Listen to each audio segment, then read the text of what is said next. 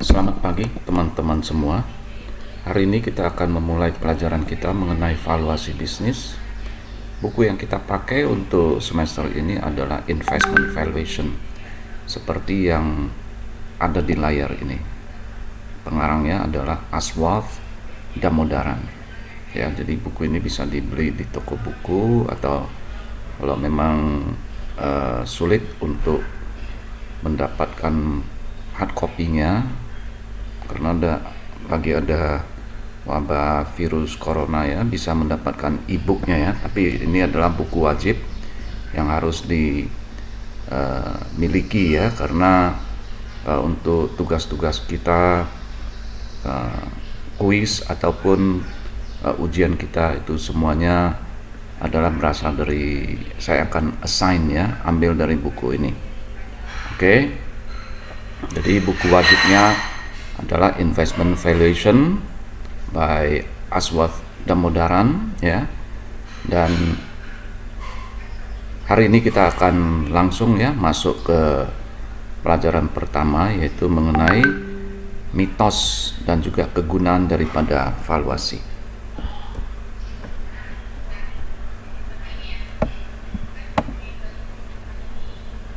Oke.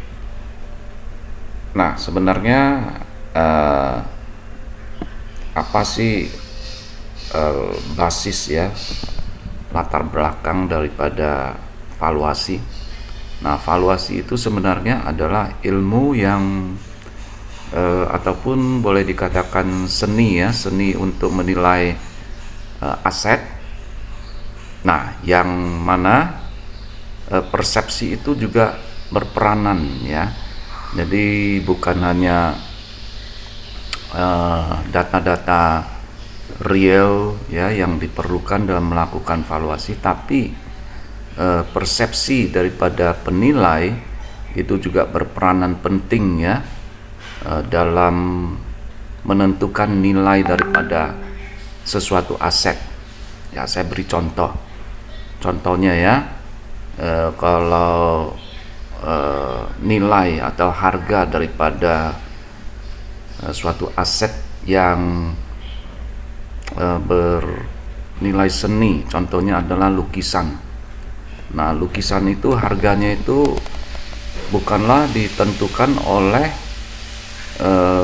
faktor-faktor yang kelihatan, tapi itu lebih ke faktor yang bersifat seni, ya, yaitu persepsi, emosi daripada baik pelukis maupun pembelinya itu. Jadi harganya itu bisa berkisar dari, katakanlah untuk suatu lukisan, kalau orang itu bisa menikmati lukisan itu, mengerti seni, nah, dan dia itu suka, senang dengan lukisan itu, nah, maka persepsi dan emosi itu akan memberikan nilai tambah, ya.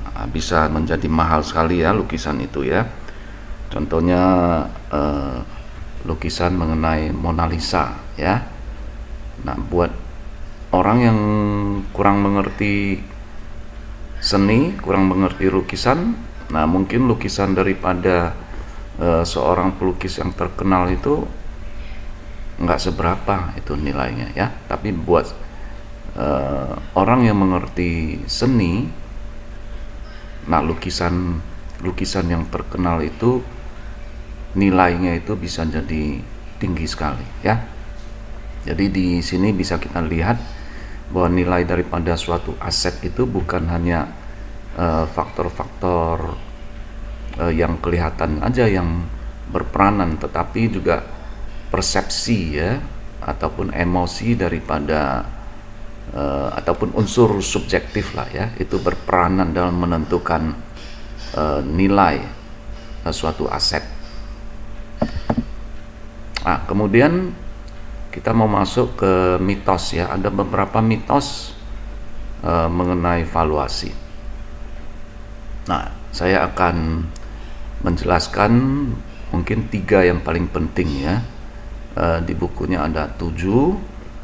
Nah, tetapi 3 yang mau saya utarakan ini sering menimbulkan masalah ya bagi mahasiswa yang belajar mengenai valuasi. Nah, ada yang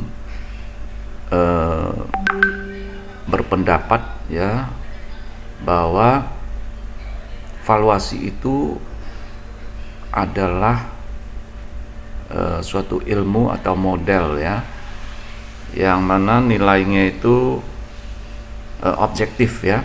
Nah, tapi seperti saya katakan tadi ya, contoh yang udah saya berikan itu, bahwa valuasi itu unsur subjektif, yaitu seperti persepsi, emosi itu juga berperanan ya. Jadi mitos yang mengatakan bahwa valuasi itu kuantitatif, objektif, itu adalah mitos, tidak benar. Yang benar adalah valuasi itu juga bersifat subjektif ya. Jadi persepsi, emosi juga berperanan dan menentukan nilai ya daripada suatu aset. Nah, kemudian yang kedua, yang mitos yang sering menimbulkan masalah adalah bahwa valuasi itu mempunyai nilai yang presisi. Nah, sebenarnya di dalam valuasi itu tidak ada nilai presisi ya. Nah, itu adalah nilai yang punya toleransi. Nah, tapi itu ada batasnya ya, batas toleransinya. Jadi selama nilai aset yang diestimasi oleh penilai A itu berbeda dengan nilai aset yang diestimasi oleh penilai B, selama masih dalam batas toleransi, maka nilai itu bisa diterima ya. Jadi mitos yang mengatakan bahwa valuasi itu adalah nilai yang presisi itu tidak benar. Yang benar, nilai valuasi itu ada toleransinya ya. Nah, tapi dalam batas yang bisa diterima ya, batas yang wajar. Kemudian yang ketiga yang juga penting ya saya tekankan adalah bahwa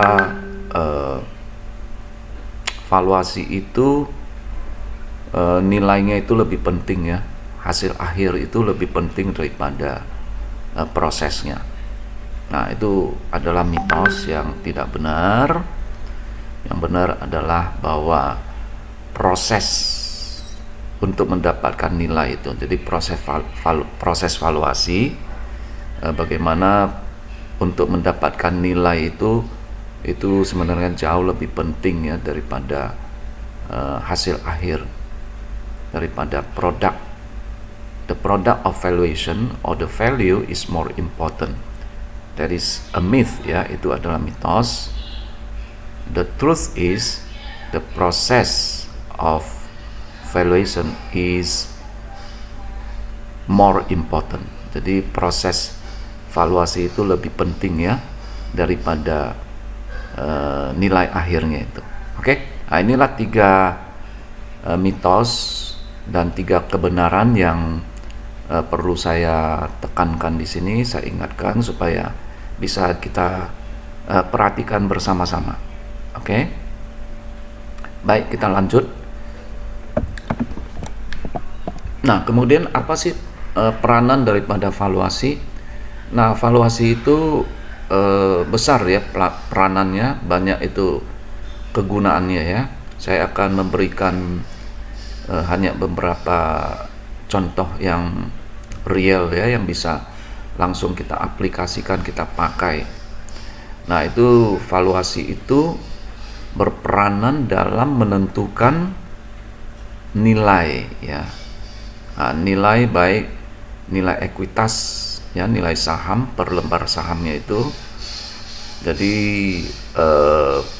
valuation is playing a role, important role in portfolio management. Jadi valuasi itu berperanan dalam manajemen portofolio ya. Jadi buat investor lah itu. Nah, itu yang pertama ya.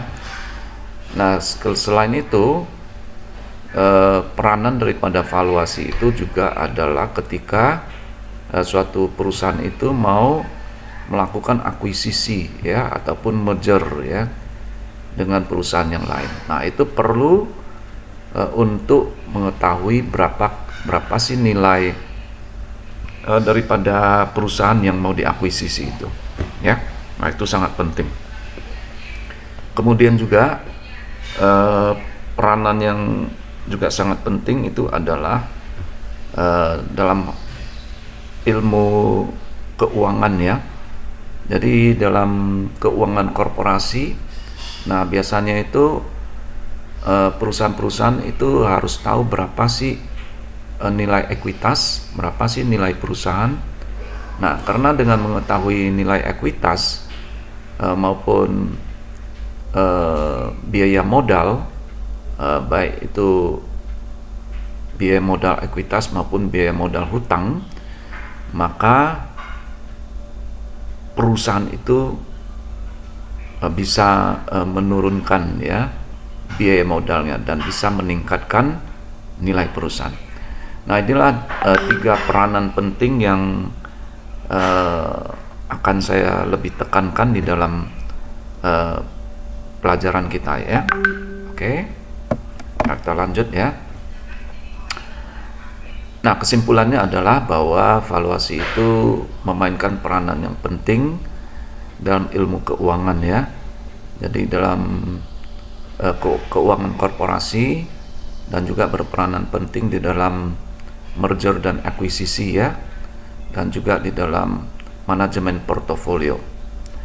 Nah, kemudian saya juga udah menjelaskan beberapa mitos, ya, dalam valuasi yang perlu diperhatikan dan kebenarannya itu apa.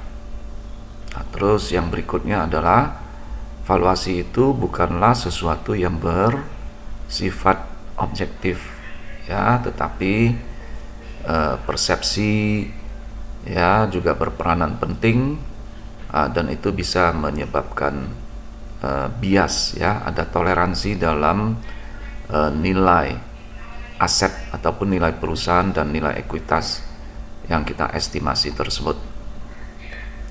Kemudian yang terakhir itu adalah bahwa